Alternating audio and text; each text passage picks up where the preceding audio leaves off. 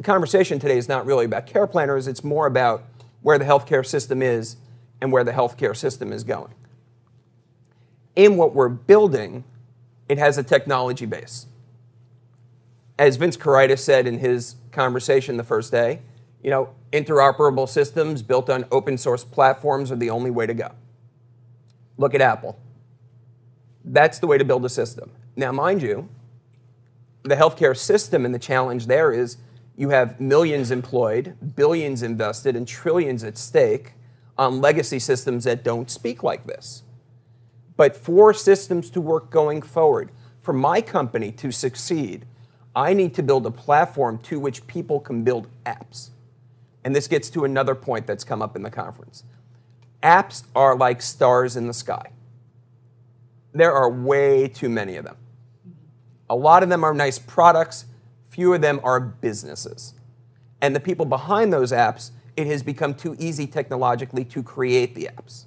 So you have app explosion, but none of them have a reference point. And here I'll draw a parallel. Expedia and Travelocity own the travel agency marketplace.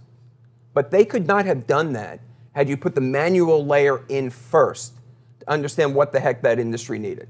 You needed to have the travel agent before you had Expedia and Travelocity. Right now, people are throwing apps against the wall hoping that they'll stick. I want to build a platform that drives that together, which brings to the second part of it.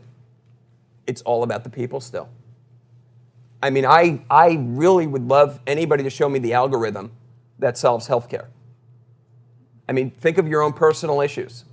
If you can show me an algorithm that gets you from point A to point B to point C to point D, I'd really love to see it. You can't.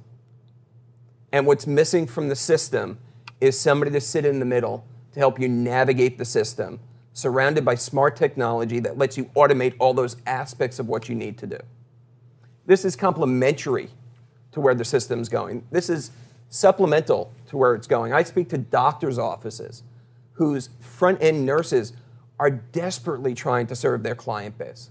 The doctors are desperately serving their client base. And they know for a fact they can help them manage this coordination effort.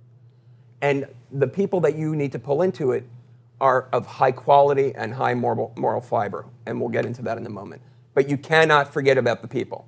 This is still a people industry. You cannot technologically remove the human element. It's not going to happen.